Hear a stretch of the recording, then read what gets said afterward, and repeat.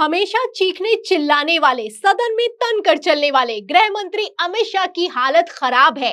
और इस हालत को और भी ज्यादा खराब करने का काम तब हुआ जब उत्तर प्रदेश का दांव उल्टा पड़ गया। और तो और वीडियो सोशल मीडिया पर वायरल हो गया जिसमें गृह मंत्री अमित शाह से सीएम योगी आदित्यनाथ ने नमस्कार नहीं किया। अब ऐसे में अगर आपको लगता है कि खेल खत्म हो गया है तो खेल खत्म नहीं, खेल शुरू हुआ है। इंटरनल रिपोर्ट निकलकर सामने आई है और इस रिपोर्ट को लेकर दावा यह किया जा रहा है कि एनडीए की सरकार के पास बहुमत नहीं है। ऐसे में मोदी शाह भी टेंशन में आ गए हैं और हाई प्रोफाइल मीटिंग बुलाई गई है। और इस मीटिंग में जब अचानक प्रधानमंत्री नरेंद्र मोदी पहुंचे हैं तो सारे के सारे नेता हैरान रह गए हैं। तो फिलहाल मीटिंग में क्या हुआ है, सीक्रेट रिपोर्ट में क्या निकलकर सामने आया है, कैसे आपसी खींचतान मची हुई है, आपको एक एक करके बताएंगे। और गृह मंत्री अमित शाह की चाणक्य नीति कैसे फेल हो गई है उस पर भी आएंगे। लेकिन उसके पहले आपको एक खबर दिखाती हूं। खबर आप देखिए अमर उजाला की। देखिए इसमें लिखा हुआ है कि बिहार की नीतीश कुमार सरकार में ईडी के नाम पर पहली बार खलबली, बड़े अफसर पर आई आफत, होगा बड़ा हंगामा।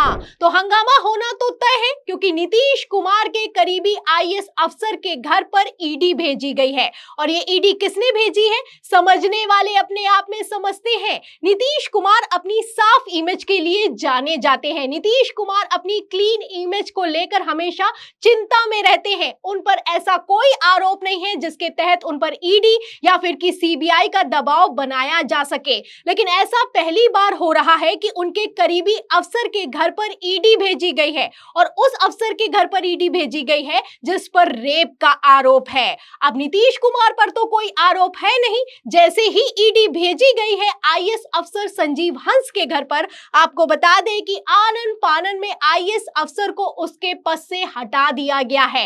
खबर निकलकर सामने आई है और इस खबर ने बवाल कर दिया है। खबर देखिए जागरण की, इसमें लिखा हुआ है कि आईएएस संजीव हंस के खिलाफ कड़ी कार्रवाई, ऊर्जा विभाग के प्रधान सचिव के पद से हटाया गया है। तो ये जो ऊर्जा विभाग के प्रधान सचिव के पद से हटाया गया है, ये अपने आप में बहुत बड़ा एक्शन लिया गया है नीतीश कुमार की तरफ से। अब ऐसे में सवाल ये खड़ा होता है कि जब नीतीश कुमार अपनी इमेज को लेकर हमेशा सतर्क रहते हैं तो गृह मंत्री अमित शाह ने अपने पैरों पर कुल्हाड़ी क्यों मारी है। तो इस सवाल का जवाब ये है कि खबर ये निकलकर सामने आई है, सूत्रों के हवाले से ये दावा किया जा रहा है कि नीतीश कुमार आरजेडी के संपर्क में है और जल्द पलटी मार सकते हैं। खबर देखिए इसमें लिखा भी हुआ है नवभारत टाइम्स की खबर में कि एनडीए को छोड़ इंडिया के साथ जाएंगे नीतीश कुमार। बिहार में एक बार फिर बदलने वाली है सियासत। तो बिहार में फिर से पलटा पलटी का गेम होने वाला है। अब इसको लेकर दावे भी किए जाने लगे हैं। आपको बता दें कांग्रेस के विधायक का कहना है कि बिहार को स्पेशल स्टेटस मिला नहीं और तो और ईडी भेज दी गई है, इसीलिए नीतीश कुमार नाराज चल रहे हैं। आलम तो ये हो चुका है कि नीतीश कुमार नीति आयोग की बैठक में भी नहीं गए और इसी के साथ आरजेडी के संपर्क में है। तो नीतीश कुमार संपर्क में है और नीतीश कुमार के नेता तो लगातार लालू प्रसाद यादव से मुलाकात भी कर रहे हैं। खबर देखिए इसमें लिखा भी है कि गोपाल मंडल की लालू यादव से मुलाकात हुई है। तो गोपाल मंडल जेडीयू के विधायक हैं, मुलाकात कर रहे हैं लालू प्रसाद यादव से। जब ये खबर निकलकर सामने आई थी तभी तस्वीर साफ होने लगी थी कि नीतीश कुमार पलटने की तैयारी में है, क्योंकि गोपाल मंडल जब लालू प्रसाद यादव से मुलाकात करने के लिए गए तो चुपचाप गए और तो और उन्होंने अपनी गाड़ी से विधायक की प्लेट भी हटा दी और तो और जेडीयू का झंडा भी हटा दिया। उसके बाद लालू प्रसाद यादव से सीक्रेट मुलाकात की है और सिर्फ मुलाकात नहीं हुई है, जेडीयू एनडीए का घटक दल है। आप जानते हैं कि किस तरीके से ये लोग गठबंधन की सरकार चला रहे हैं। उसके ऊपर सोने पर सुहागा ये हुआ है कि जेडीयू के विधायक गोपाल मंडल ने बयान भी अब देना शुरू कर दिया है। लालू प्रसाद यादव की तारीफ कर रहे हैं और भारतीय जनता पार्टी को उल्टा सीधा कह रहे हैं। खबर भी मौजूद है, खबर देखिए इंडिया टीवी की, इसमें लिखा भी हुआ है कि जेडीयू विधायक गोपाल मंडल ने लालू यादव को बताया महान लीडर, कहा बीजेपी के लोगों को बक बक करने की आदत है। तो आप देख सकते हैं कि किस तरीके से नीतीश कुमार ने भूमिका तैयार कर ली है। अब गृह मंत्री अमित शाह को यह दिखाई दे रहा है, इसीलिए ईडी भेजी गई है। नीतीश कुमार के करीबी के यहाँ ईडी की छापेमारी करवाई गई है, वो भी तब करवाई गई है जब अगले साल बिहार में विधानसभा चुनाव होने वाले हैं। और बवाल सिर्फ बिहार में नहीं मचा हुआ है, आपको बता दें महाराष्ट्र में जो एनडीए के घटक दल है, शिंदे गुट है, अजीत गुट है, आपस में भिड़ा जा रहा है। और ये जो लड़ाई चल रही है ये कोई अंदर की लड़ाई नहीं है, अब तो खबरें भी निकलकर सामने आ रही हैं कि बाकायदा उप मुख्यमंत्री मुख्यमंत्री को मुंह पर बेइज्जत कर रहा है। खबर देखिए हिंदुस्तान की, इसमें लिखा भी हुआ है कि अपनी ही सरकार से खफा अजीत पवार सीएम शिंदे को दी गठबंधन धर्म निभाने की नसीहत। तो एक दूसरे को नसीहत दी जा रही है, एक दूसरे के आमने सामने आप देख सकते हैं कि किस तरीके से एनडीए के नेता आ चुके हैं। और यहां पर बात सिर्फ एनडीए की नहीं है, भारतीय जनता पार्टी में भी आपसी कलह अपने चरम पर है। उत्तर प्रदेश में सीएम योगी आदित्यनाथ ने क्या किया आप जानते हैं, और अब इसमें नितिन गडकरी भी कूद पड़े हैं। नितिन गडकरी ने बाकायदा निर्मला सीतारमण को एक पत्र लिखा है और टैक्स को हटाने की मांग की है। यह पत्र सोशल मीडिया पर वायरल हुआ है, उसके बाद से फजियत हो रही है। अगर चाहते नितिन गडकरी तो निर्मला सीतारमण से पर्सनल मुलाकात करके भी ये मांग कर सकते थे, लेकिन पत्र लिखा गया है और इस पत्र से आप अंदाजा लगा सकते हैं कि किस तरीके से आपसी खींचतान अब जग जाहिर होती हुई नजर आ रही है। जहां एक तरफ नितिन गडकरी ने पत्र लिखा है, वहीं दूसरी तरफ ममता बनर्जी ने भी नितिन गडकरी को सपोर्ट कर दिया है। ममता बनर्जी का कहना है कि अगर इन लोगों ने टैक्स नहीं हटाया तो हम सड़कों पर उतरेंगे। तो बवाल मचा हुआ है, वो भी चारों तरफ से मचा हुआ है। ऐसे में गृह मंत्री अमित शाह टेंशन में है और ईडी फुल एक्टिव दिखाई दे रही है। छापेमारी सिर्फ एनडीए के घटक दलों पर नहीं करवाई जा रही है, बल्कि इंडिया पर भी करवाई जा रही है। राहुल गांधी ने तो साफ साफ कह दिया है कि मुझे पता चला है कि ईडी मुझ पर छापेमारी करने वाली है, कोई बात नहीं, मैं इंतजार कर रहा हूं कि कब वो आएंगे मेरे घर।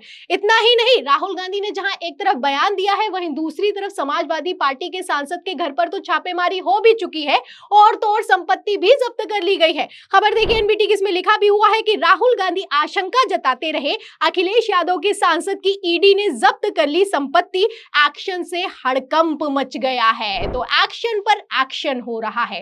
गृह मंत्री अमित शाह टेंशन में दिखाई दे रहे हैं, और जब भी टेंशन में दिखाई देते हैं तो आप समझ सकते हैं कि आखिर क्या होने वाला है। गृह मंत्री अमित शाह अपनी चाणक्य नीति चला रहे हैं, दबाव बना रहे हैं, लेकिन फिर भी बीजेपी के नेता और एनडीए के नेता सुनने के लिए तैयार नहीं है। तो भारतीय जनता पार्टी में क्या चल रहा है, क्यों चल रहा है, इसको लेकर वरिष्ठ पत्रकार हैं, उन्होंने हमारे चैनल से बातचीत के दौरान बड़ा खुलासा किया है।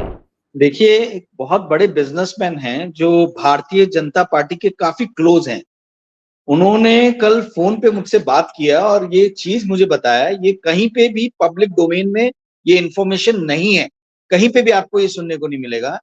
दिल्ली में एक बहुत बड़ी बैठक हुई है जिसमें 60 लोगों को बुलाया गया था, वरिष्ठ लोगों को, जो भारतीय जनता पार्टी और आरएसएस दोनों के ही जो वरिष्ठ सबसे सीनियर जो लोग हैं उन लोगों को बुलाया गया था। और उस बैठक में गर्मा गर्मी इतनी ज्यादा बढ़ गई कि जो नंबर 1 है यानी नरेंद्र मोदी जी, इनको खुद को आना पड़ा। वो शुरू में मीटिंग में नहीं थे, बट वो आए 15-20 मिनट बाद मीटिंग में, जब बहुत ज्यादा गर्मा गर्मी बढ़ गई। और उस मीटिंग के अंतर में कुछ वरिष्ठ लोगों ने, संघ के लोगों ने ये कहा कि हमने ये पार्टी जो है ये आपको एक ऐसी हालात में सौंपी थी जब भारतीय जनता पार्टी काफी सशक्त स्थिति में थी और यहाँ पे सब सफेद पोश साफ छवि के लोग थे। आज आपने इस पार्टी को क्या कर दिया, आपने इसमें आयात कर करके सभी पार्टियों के जितने धूमिल छवि वाले लोग हैं उन लोगों को आपने आयातित किया है, जिन पे पहले ही आपने आरोप लगाए और आज वो लोग भारतीय जनता पार्टी के अंदर आ गए।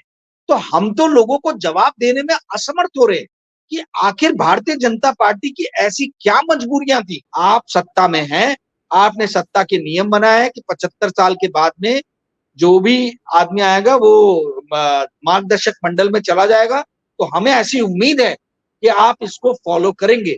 ये इस तरीके की बहुत ही कठोर बातें हुई हैं। नरेंद्र मोदी का बोलते चेहरा एकदम छोटा हो गया था उस मीटिंग के बाद, और इसीलिए ये कोई मीडिया ब्रीफिंग नहीं दी गई है, कोई कहीं पे भी ये बात नहीं कही गई। इसलिए आप अमित शाह को भी देखिए, अमित शाह एकदम लाइमलाइट से दूर है, अमित शाह एकदम दूर हो गए। वो एकदम अब अपने काम से काम रख रहे हैं। इसको फोन करना, इस अधिकारी को, इस आईएएस अफसर को यहाँ फोन करना, वहां फोन करना, सब बंद हो गया। तो सुना आपने, मीटिंग हो रही है, वो भी सीक्रेट मीटिंग हो रही है। एनडीए के नेता भी नाराज हैं, बीजेपी के नेता भी नाराज हैं और आरएसएस ने तो खुली बगावत कर दी है। ऐसे में जो टॉप लीडर्स हैं उनकी मीटिंग बुलाई गई और इस मीटिंग में प्रधानमंत्री नरेंद्र मोदी अचानक पहुंच गए हैं। अब इस मीटिंग से आप अंदाजा लगा सकते हैं कि पीएम मोदी सदन तो नहीं जा रहे हैं, लेकिन सीक्रेट मीटिंग बुला रहे हैं। और जो हो रहा है वो होना तो तय था, इसका अंदेशा पहले ही तब हो गया था जब प्रधानमंत्री नरेंद्र मोदी मीटिंग से बाहर निकले और उनका चेहरा उतरा हुआ था। तो फिलहाल क्या चल रहा है वो साफ दिखाई दे रहा है। गृह मंत्री अमित शाह टेंशन में दिखाई दे रहे हैं और प्रधानमंत्री नरेंद्र मोदी सीक्रेट मीटिंग में शामिल हो रहे हैं। ऐसे हालातों में आपको क्या लगता है, क्या मोदी सरकार की उल्टी गिनती शुरू हो चुकी है? क्योंकि ममता बनर्जी का कहना है कि ये सरकार आपसी खींचतान में ही गिर जाएगी और अखिलेश यादव का कहना है कि ये सरकार गिरने वाली है। तो इस दावे पर, इस रिपोर्ट पर, इस मीटिंग पर और गृह मंत्री अमित शाह से लेकर प्रधानमंत्री नरेंद्र मोदी की टेंशन पर आपकी क्या राय है? क्या एनडीए की सरकार के पास बहुमत नहीं है? इस सवाल के जवाब में इस पूरी रिपोर्ट पर आपकी जो भी राय है हमें कमेंट बॉक्स में जरूर लिखें। वीडियो को ज्यादा से ज्यादा शेयर करें, हमारे चैनल को लाइक करें, ज्वाइन करें। फिर मिलती हूँ अगली खबर के साथ, तब तक के लिए धन्यवाद।